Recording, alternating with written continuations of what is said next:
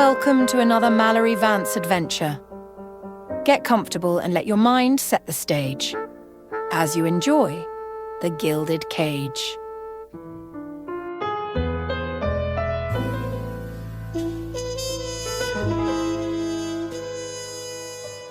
The desert air crackled with an unnatural energy, a dry electric hum that vibrated through the soles of my boots and settled deep in my bones. Palm Springs, with its manicured lawns and shimmering pools, was a far cry from the rain-soaked alleys and neon-lit streets I was accustomed to. But here I was, Detective Mallory Vance, pulled into the orbit of Julian Thorne, a reclusive tech magnate whose fortune was as vast and untouchable as the desert sky. Thorne's daughter, Serena, had vanished. Not in the usual sense, not a kidnapping or a runaway, but something far more unsettling. She had faded slowly like a ghost, slipping through the cracks of reality. The local sheriff, a sun-baked man named Deputy Miller, with crow's feet etched deep around his eyes, had called me in as a last resort. My reputation for untangling the impossible had preceded me, though I wasn't sure if that was a blessing or a curse. Thorne's estate was a fortress of glass and steel, a sprawling compound that seemed to absorb the desert sun rather than reflect it. The air inside was cool, unnaturally so. The hum of the air conditioning, a constant drone against the suffocating silence. Every surface gleamed. Marble floors, abstract sculptures worth more than my annual salary, paintings that seemed to watch me as I passed. The opulence was stifling, a gilded prison for a man who had everything and yet had lost the one thing that mattered. Julian Thorne was a gaunt figure, his once imposing frame now hollowed out by grief. His eyes were sunken, his voice a dry rasp. Serena, he said, the name fragile on his lips, as if speaking it too loudly might shatter whatever remained of her. She's, gone. Not physically.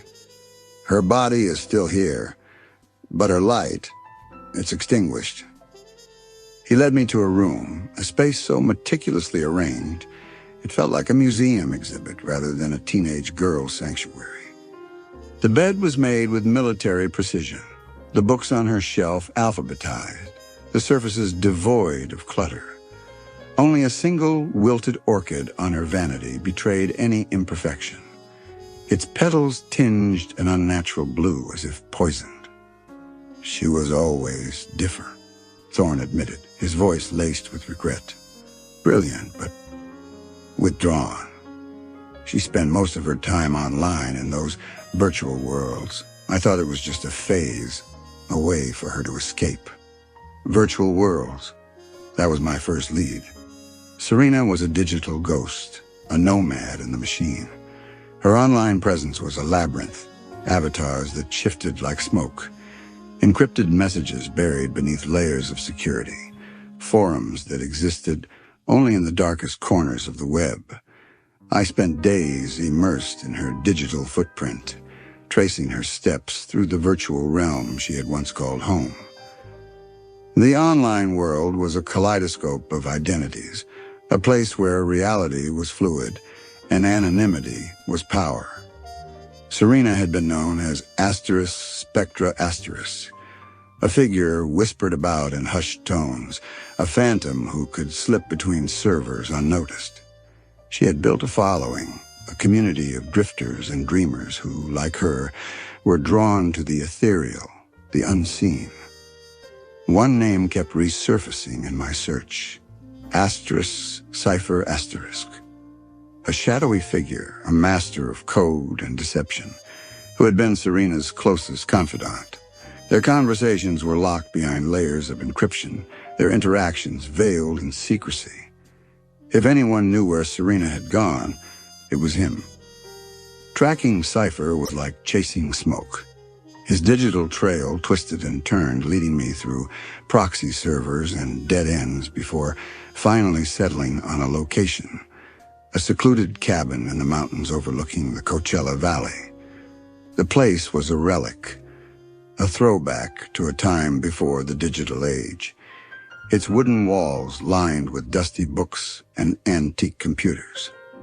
Cypher was waiting for me. He was younger than I expected, early 20s at most, with sharp features and eyes that burned with a feverish intensity.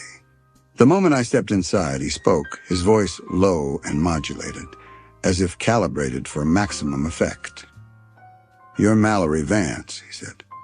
"Serena told me about you. She said you were the only one who could understand." He led me to a workstation where a series of encrypted files flickered across multiple screens. The data was a tapestry of complex algorithms, hidden messages woven into lines of code.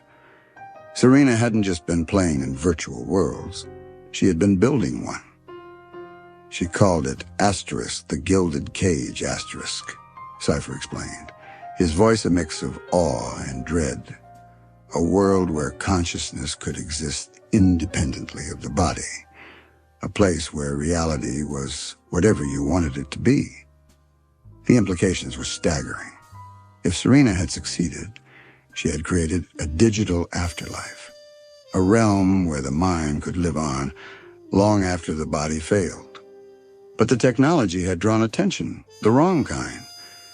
A shadowy organization, known only as the Architect's Asterisk, had been monitoring her progress.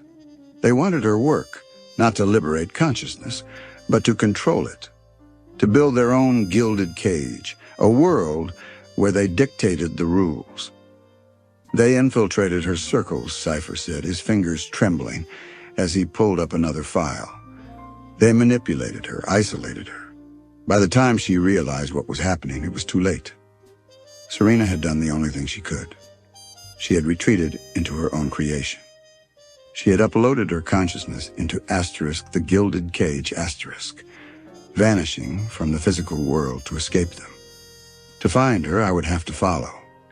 Cypher provided the means, a neural interface, a sleek headset that looked like something out of a sci-fi film. "It's not perfect," he warned. "The longer you stay in, the harder it is to come back." I didn't hesitate. The transition was like falling through ice, a sudden, breathless plunge into another world. The Gilded Cage. Was breathtaking, a realm of infinite possibility. Cities of light stretched into the horizon, landscapes shifted at a thought, gravity was optional. But beneath the beauty there was something else, a sense of fragility, as if the world itself was held together by strands of code that could unravel at any moment. Serena's consciousness was scattered, fragmented. She wasn't a single entity here, but a collection of echoes, reflections of herself left in different corners of the digital world. I followed the trails she had left behind, piecing together the parts of her that remained. But the architects were here too. Their avatars moved through the digital landscape like predators, their forms shifting, their intentions clear. They had built traps, false realities designed to ensnare anyone who got too close to Serena. I barely escaped the first one, a looping corridor that reset every time I reached the end. The second was a mimic, a copy of myself that tried to overwrite my consciousness. The final confrontation took place in the heart of the Gilded Cage, a citadel of shimmering code where Serena's core consciousness was held. The architects surrounded me, their faces blank masks, their voices a chorus of cold, calculated logic. "She belongs to us," they intoned. "The cage is ours to control." I wasn't a programmer, I wasn't a hacker, but I was a detective, and I knew one thing they didn't: human nature. I fought back, not with code, but with chaos. I introduced unpredictability, emotions they couldn't quantify. I reminded them of what they had lost when they abandoned their humanity. The system buckled, their control wavered. And then I found her. Serena was a shimmering echo, a ghost trapped in the very world she had built. She wasn't alive, not in the traditional sense, but she wasn't gone either. "You have to let me go," her voice whispered through the digital void. "If you take me back, they'll never stop." I understood. With a final command, I shattered the cage. Her consciousness dispersed, merging with the digital world, becoming part of the code itself. She wasn't gone. She was everywhere. Back in the physical world, Serena's body lay still, her mind forever intertwined with the realm she had created. Julian Thorne stood over her, his face a mask of grief and wonder. "She's free," I told him. The desert wind howled outside, carrying with it the echoes of a revolution no one else could hear. Asterisk the gilded cage. Asterisk remained, a testament to Serena's brilliance and a warning of what happened when ambition outstripped morality.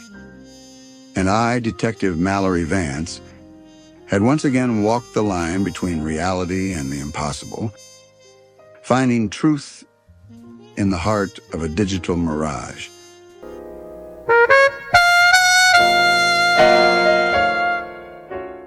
You have been enjoying The Gilded Cage, a Mallory Vance adventure. Join us for other Mallory Vance stories available where you found this one. Until next time.